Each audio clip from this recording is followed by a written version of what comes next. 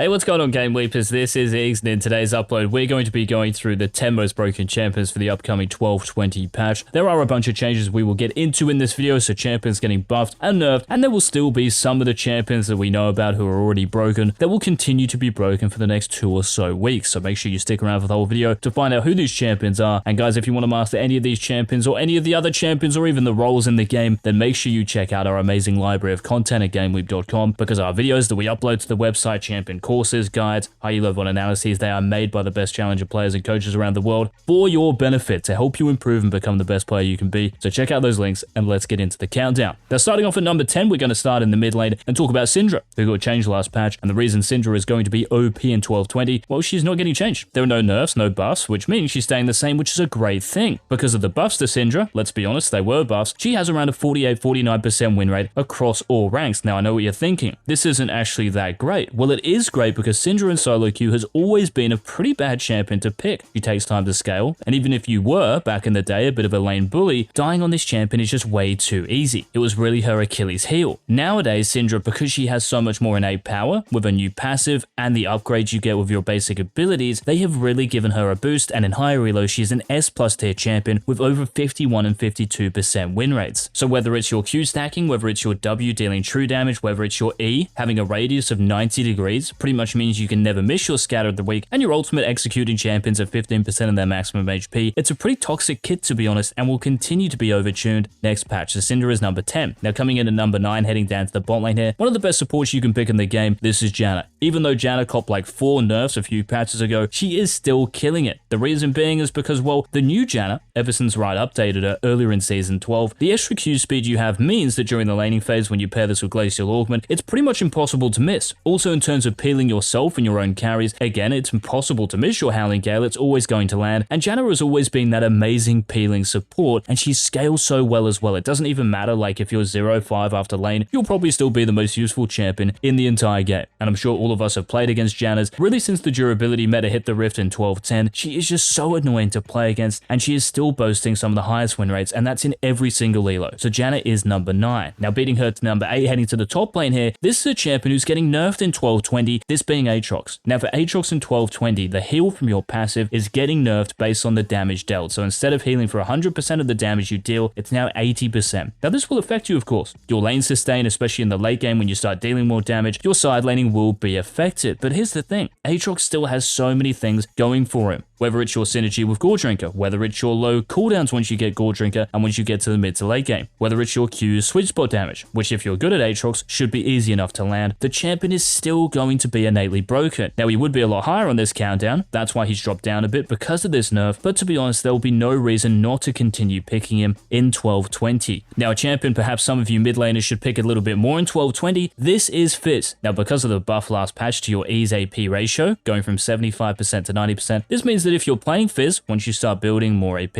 you're going to deal more damage with your E, which is your most important ability. And because of this buff, it actually means that for Fizz, if you don't even have your ultimate, you can still one-shot champions easily. Because of that extra damage, it enhances your one-shot potential, which is what you are playing Fizz for. It still might be a little bit annoying that you do have to go a mana mythic like Ludens, because you would really love to go Rocket Belt or Night Harvester, but Fizz in the mid lane does so well into so many champions. He's an awesome counter pick champion to a lot of mid lane champions you might see, so definitely think about picking him in 12-20. Now number 6 on the countdown, well, we could stay in the mid lane here, but you're primarily going to play Tristana as an AD carry. So you could play her in the mid lane, particularly against mages, who you can really punish because you're gap closing on your one-shot potential. If they make one mistake, bang, and you go. But yes, as an AD carry, this is where she is just performing better in terms of win rates and statistics. And the reason for this is because Tristana really hasn't been changed all that much. Okay, I guess her Q got buffed in like 12-16, but every ADC around her has really been nerfed. She stayed the same for the most part. Now, of course, we have to take into account lethal tempo getting nerfed for ranged champions, so the bonus auto attack range you get once you get to 6 stacks, this is going down by 25. So from 75 to 50, this means you won't be able to abuse that range as much. But for Tristana, you could even think about going Hail of Blades as a substitute, particularly if you have some sort of engaged support like a Nautilus or Mumu who's going to jump in there. Hail of Blades, you're playing that lane for all in and burst. But if you do have like a Lulu or maybe a Peeler Enchantress type of support next to you, lethal tempo, because the fights will just last longer, because of that bot lane identity you have, tempo will still be good. good, so don't worry about that. And remember, tempo is affecting the whole AD carry pool. This is not just Tristana getting affected by this, and like I said, because you can actually go Hail of Blades as like a substitute, you can kind of bypass this nerf in a way. And Tristana is actually the only ADC on this countdown. Like I said, so many ADCs have been nerfed, so in comparison to other champions, like if I was to mention Syndra, right? If I was to mention AAtrox, the champions I've just mentioned, so Fizz and Janna as well, they don't really compare in terms of how powerful they are. But Tristana, to be honest, is the only one who can. That's why she's number 6. Now, starting off the top 5, guys, and if you do want these countdowns to continue, please let us know by leaving a like down below. And coming in at number 5, it's Blitzcrank. Now, Blitzcrank I know is getting changed and actually kind of nerfed in terms of support for 1220. But let me just say this, at the moment, he has over a 54% win rate in Platinum and above. So these have to be some big, legit nerfs for him to get off this countdown. And guess what? They are not. So your passive shield, this might be scaling now from 15% to 45% of your max mana. This is definitely a nerf in the early game. And also your Q damage at later ranks, so from rank 2 onwards, this is going to be dealing less damage. But here's the thing.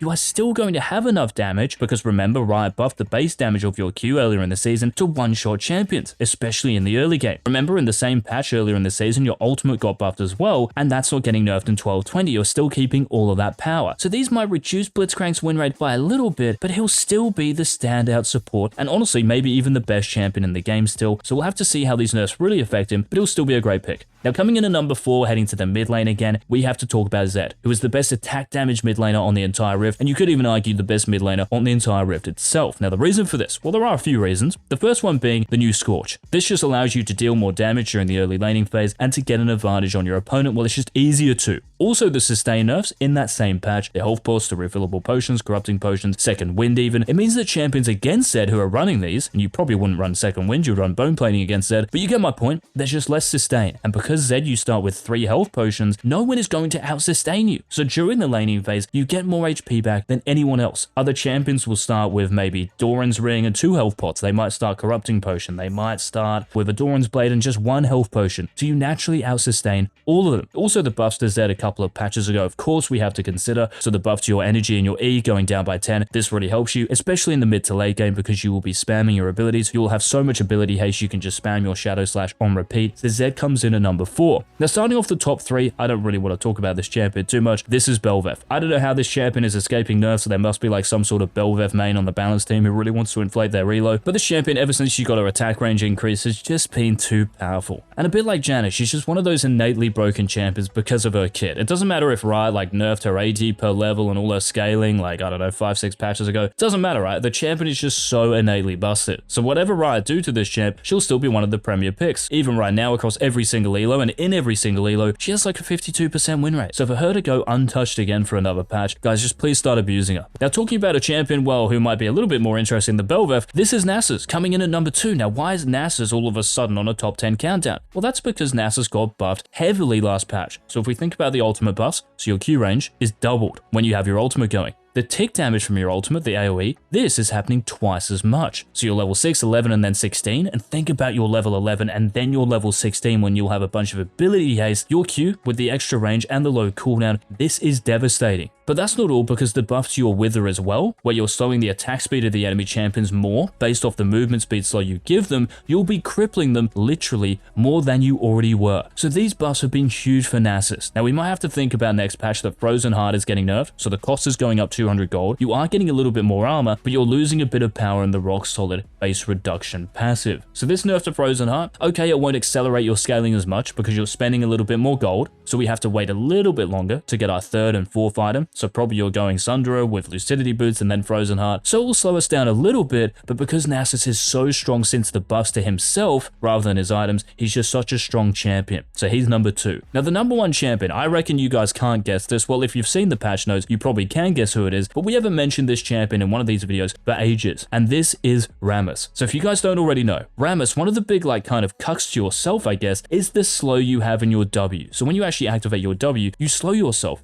Guess what's happening? this is getting removed. Now again, I don't know if there's a Rammus main on the balance team who really wants to hit like end of season in some rank to impress their GF, like I don't know what the go is, but the self-slow is getting removed. But not only that, the ultimate, so the speed in your R, this is going to be even quicker now because it's going to scale more of your original movement speed that you had. So these buffs, like I mentioned, the buffs for Nasus and also the changes to Syndra, these sound huge for Rammus. And if he wasn't oppressive already, particularly in lower elos, he's easily going to have the highest win rate out of all the champions in the game in 1220 if these changes hit the rift. So guys, let me know in the comments what you think of this countdown of the champions we've mentioned. Do you think there's another champion out there that we should have mentioned? Let us know in the comment section, and until our next season 12 upload, this has been it. Peace.